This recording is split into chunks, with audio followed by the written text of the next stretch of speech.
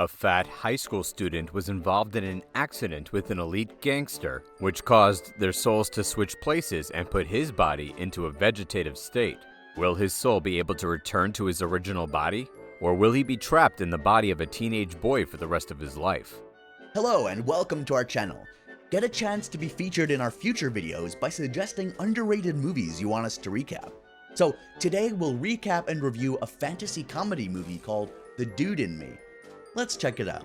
The film begins with a man getting dressed and selecting only the most luxurious items from his closet in a high-rise luxury building. This is Pang-soo, a prominent gang leader who is also the husband of his boss's daughter. After talking to someone on the phone about a deal, one of his subordinates is seen entering the office and telling him about a carpenter shop that delays them in obtaining the Jungwon District Mall. He calls Man Cheol his dependable subordinate and orders him to wrap up the case. Man Cheol then goes to Jung-ji's store and asks him to give it up. They proceeded to beat everyone after Jung-ji declined. He then threatens to cut his hand if he doesn't sign the paper. Jung-ji acknowledges defeat by signing it.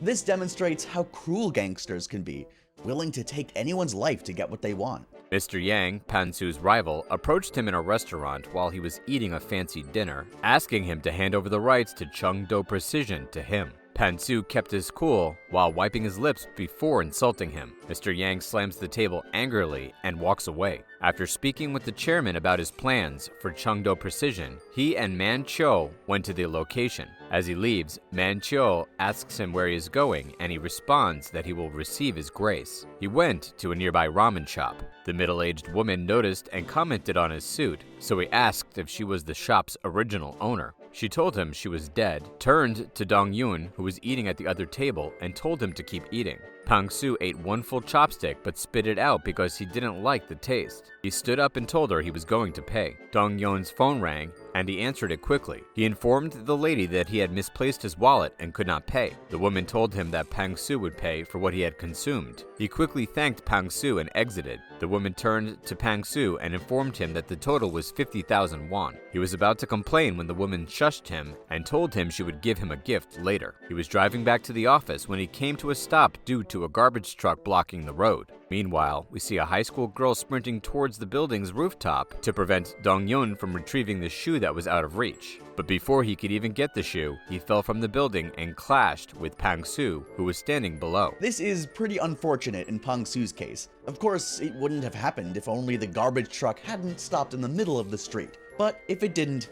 Jung-yoon might have died from the fall.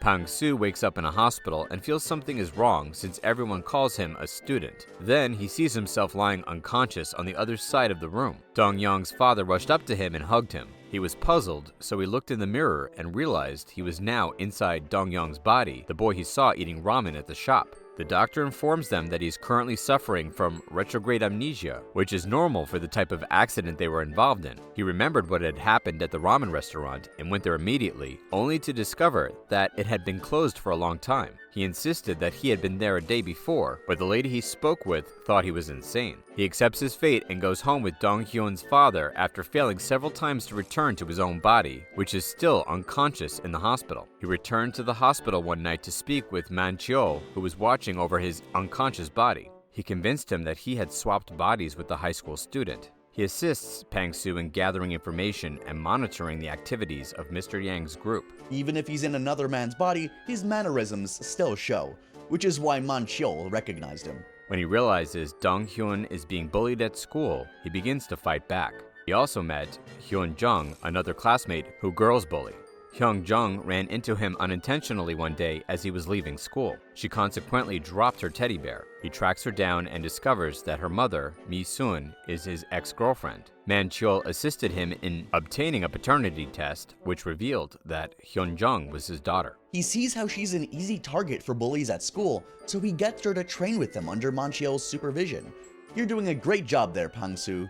After a few weeks, he loses all of Dong-hyun's body fat, regaining his fit body, and many people are amazed by his transformation when he returns to school. Hyun-jung also learns self-defense against her bullies. This impresses the popular boy at their school, and Hyun-jung is invited to his birthday party. During this time, Mr. Yang plots to frame Pang-soo for money laundering by convincing the chairman through his wife. They were successful because the chairman ordered that no one, including Manchio, be allowed near Pang Su's body in the hospital. Pang Su learns this from Manchio and writes a letter to his boss explaining the scandal. Mi Sun discovered Pang Su's identity when a drunken customer harassed her in her restaurant. After giving the customer a good beating, he explained what had happened. He wanted to know why she had not informed him about Hyung Jung, noting that he had already taken a paternity test. This irritated Mi Sun, who informed him that she has not yet forgiven him. She told him not to ever come back again. He texted Mi Sun, pleading with her to come back to see him. They eventually met at a coffee shop where they first dated. He begged forgiveness again, explaining that he was sorry for what had happened between them. This caused Mi Sun to explode, telling him that no matter what he does, she won't be able to forgive him. She stood up, but Pang Su pulled her up for a kiss as she was about to leave.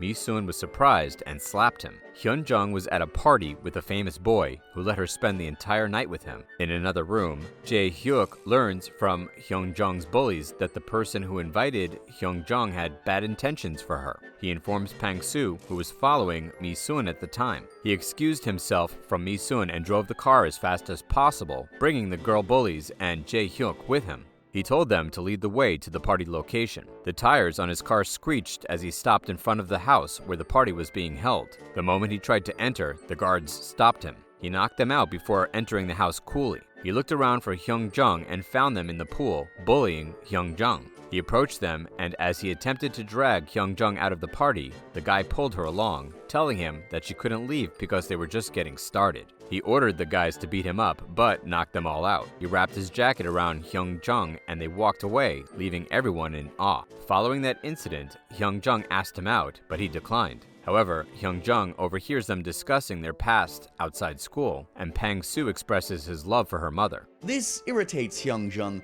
who describes them as disgusting.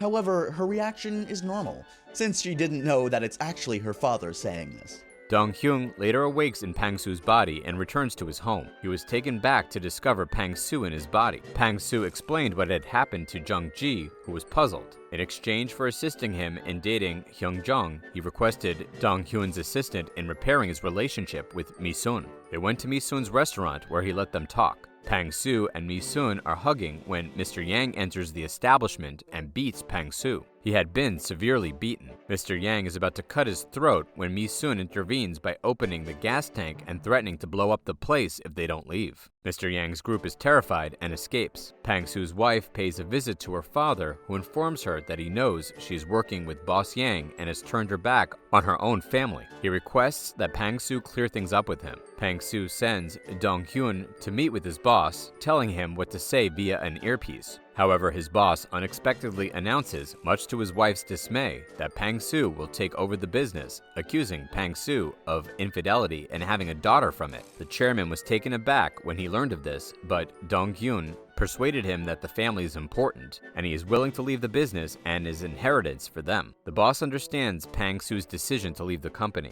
As he leaves the house, he embraces Dong Hyun for being a better man than he is. Unfortunately, the wife saw them and slammed the car into Dong Hyun's body, injuring his head. He was taken to the hospital in an ambulance. While Pang Su is on the stretcher, Hyun Jung and Mi Sun arrive, waiting for the doctor. Hyun Jung recognizes Pang Su's face and asks her mother if he is his father. Both of them collapse unexpectedly, and Dong Hyun's body was rushed into an operating room. Before undergoing surgery, the surgeon asks about his reaction to the gift. She's the same woman who served the mackerel ramen at the beginning.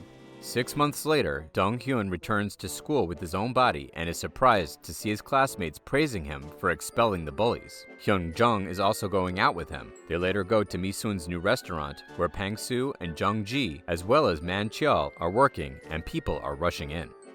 This movie shows how powerful love can be. It can destroy families, make you forgive mistakes, be overpowered by jealousy, and make bad decisions. All in all, this movie is a mix of romance and comedy with a hint of fantasy. But don't watch this if you don't like violent movies. You've been warned. Please subscribe to our channel to be notified when we upload. Also, don't forget to suggest movies that you want us to recap in the future in the comments down below.